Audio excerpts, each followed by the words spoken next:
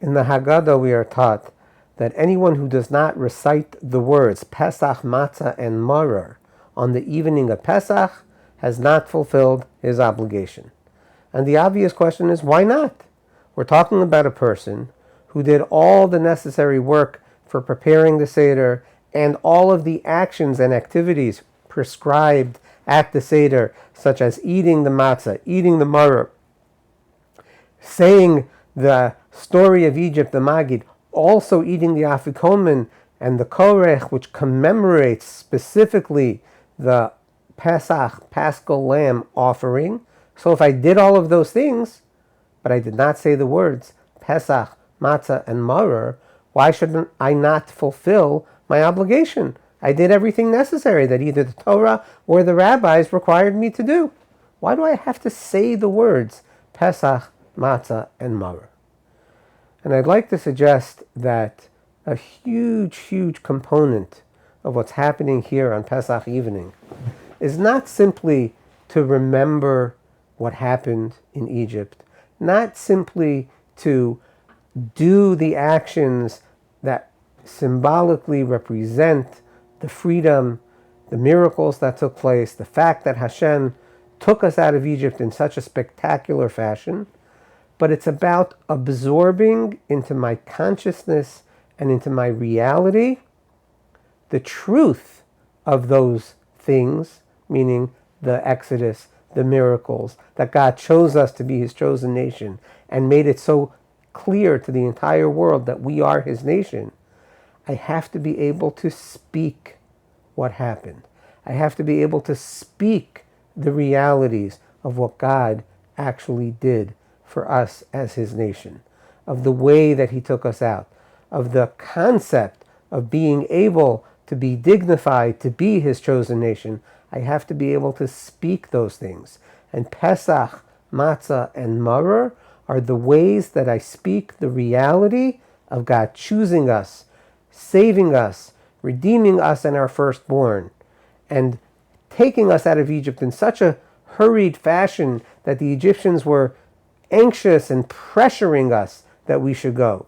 And all the bitterness that we endured in Egypt so that we can remember what the slavery was like, appreciate the freedom, and have the perseverance to get through the bitterness of the future. So why is it so important to speak? Because that which we do not speak as the truth does not become the truth for us, and even more importantly, will not be the truth for the next generations.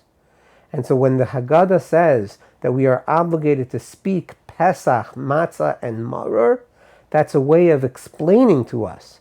If you want to know who you are, if you want to know who your family will be, if you want to know who your children and your grandchildren will become, it's if you're able to convey through the speaking of Pesach, Matzah, and Maror the reality of God's existence, of his choosing us to be his nation, of his love for us, of our rejection of idolatry, of our enduring terrible exiles, but nonetheless persevering to speak the truth of his existence.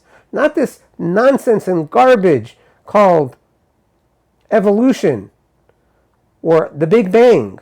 No prime cause, no intelligent design. Not this garbage and horrible concept of higher education where we cannot speak the truth about the genocide of the Jews being a horrific concept to endure, just like it would be for the genocide of any people. Not this terrible, incredibly horrific nonsense of October 7th being somehow justified by the quote-unquote aggression of an occupying nation, when in fact it is our homeland. It was given to us by God himself, which, as the Torah tells us, this is why Hashem began with creation of the world. Rashi says, to let the entire world know that God created the world and he gave the land of Israel to the Jews. If we can begin to think that it's not important to speak these realities, we've lost. our next generations will be gone. Because the moment that people get comfortable with not speaking truth is definitely the moment when evil wins. What we on this night of Pesach have to completely commit ourselves to doing is speaking the truth.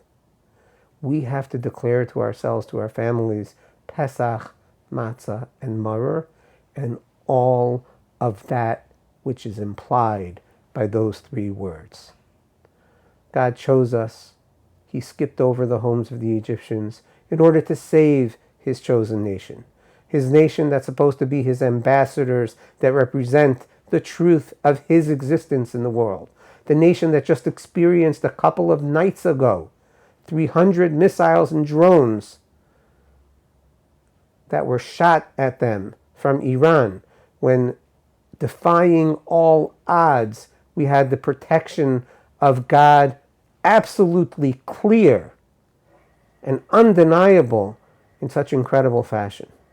The truth of the matzah that we ate in Egypt, which reminds us of how God hurried us out, of how we need to be vigilant and careful, not to just let things go and become leaven and chametz, but we have to think about these things. We have to be careful. We have to take action. We have to intervene so that things don't become chametz when they should not become chametz.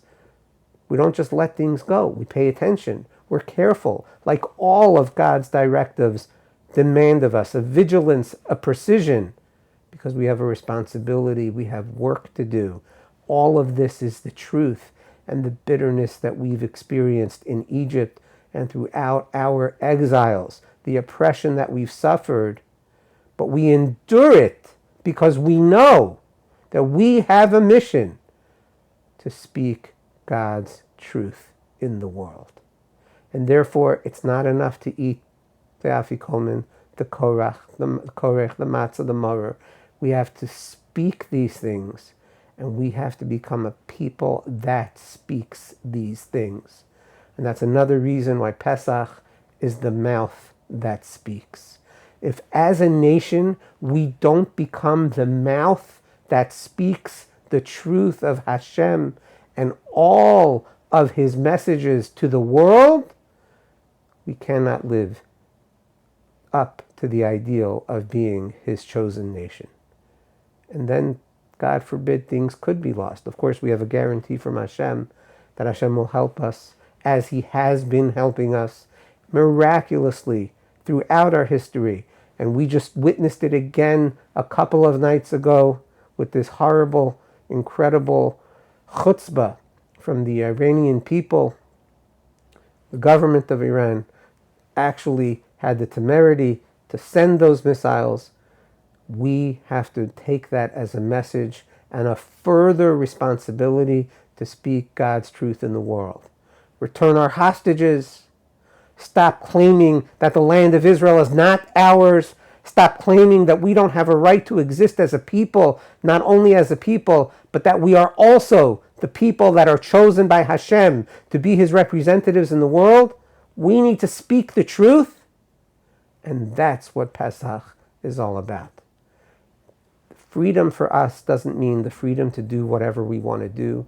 Freedom for us means to free ourselves and the world from the illusion that there is no God, that evil can reign supreme, and to enter the reality where there is a one God. Good will triumph. What is good for mankind is God. Chag Kosher v'Sameach.